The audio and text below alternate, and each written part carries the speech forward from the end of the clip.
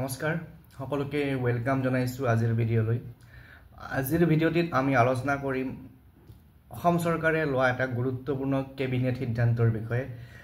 আজি আমাৰ অসম চৰকাৰৰ যেহেতু কেবিনেট মিটিং অনুষ্ঠিত হৈছিল, তো এই কেবিনেটত এটা ডাঙৰ সিদ্ধান্ত লোৱা হৈছে আৰু এই সিদ্ধান্তটোৰ ফলত আমাৰ অসমৰ এছাম শিক্ষক বা এটা সেকশনৰ টিচাৰ্ছ যথেষ্টখিনি বেনিফিটেড হ'ব।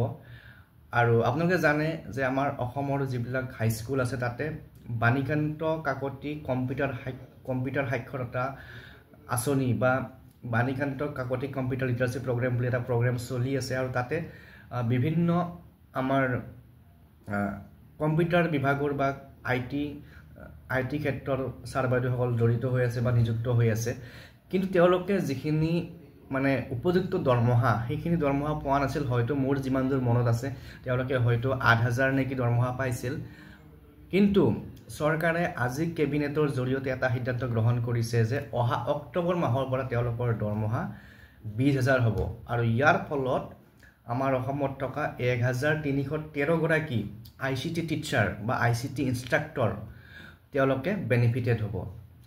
ইয়াৰ লগতে অকল দৰমহা বাঢ়িব সেনেকুৱা নহয়, তেওঁলোকে যাতে ৬০ বছৰ বয়সলৈকে চাকৰি কৰিব পাৰে তাৰ কাৰণেও চৰকাৰে ব্যৱস্থা গ্ৰহণ কৰিব আৰু আজিৰ কেবিনেটৰ জৰিয়তে এইখিনি প্ৰকাশ কৰিছে।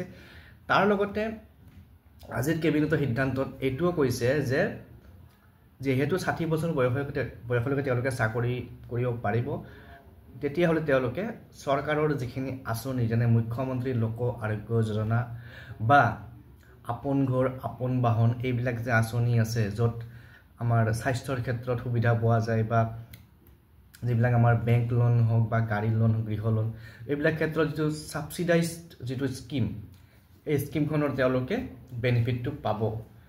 গতিকে আজিৰ ভিডিঅ'ত এইখিনি আপোনালোকৰ লগত শ্বেয়াৰ কৰিলোঁ আৰু এইটো আমাৰ অসমৰ শিক্ষক সমাজৰ কাৰণে যথেষ্ট এটা পজিটিভ নিউজ।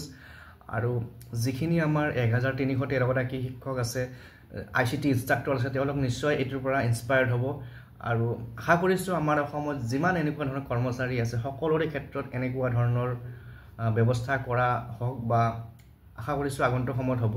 তো আহক এতিয়া কেবিনেট মিটিঙৰ যিখিনি ফটোখিনি মই আপোনালোক দেখাই দিছোঁ বা যিখিনি সিদ্ধান্ত সেইখিনি দেখাইছোঁ, তেতিয়া হয়তো আপোনালোকে অলপ ভালকৈ ক্লিয়াৰলি বুজি পাব বা চাব পাৰিব। তো আজিৰ ভিডিঅ'ত এইখিনি বিষয়ে আলোচনা কৰিলোঁ। তো আহক এতিয়া আমি সেই ডিটেইলছখিনি চাওঁ। তো ইয়াত দেখিছে আপোনালোকে ICTৰ শিক্ষকৰ ভৱিষ্যত সুৰক্ষা।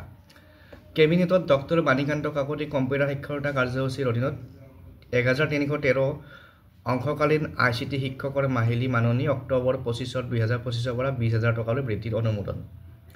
আৰু কি কৰিছে যে কেবিনেটে তেওঁলোকৰ ৬০ বছৰ বয়সলৈ সেৱাৰ নিশ্চয়তা বৃদ্ধি কৰাৰ অনুমোদন দিছে, যাৰ জৰিয়তে তেওঁলোক মুখ্যমন্ত্ৰী লোক সেৱক আৰোগ্য যোজনা, আপোন ঘৰ আৰু আপোন বাহন আঁচনি প্ৰাপ্তিৰ বাবে বিবেচিত হ'ব।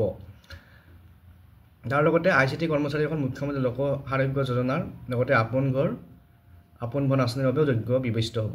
গতিকে এইখিনি হৈছে আজিৰ কেবিনেট সিদ্ধান্তটোৰ ডিটেইলছ। গতিকে আজিৰ ভিডিঅ'ত এইখিনি ইনফৰমেশ্যন শ্বেয়াৰ কৰিলোঁ।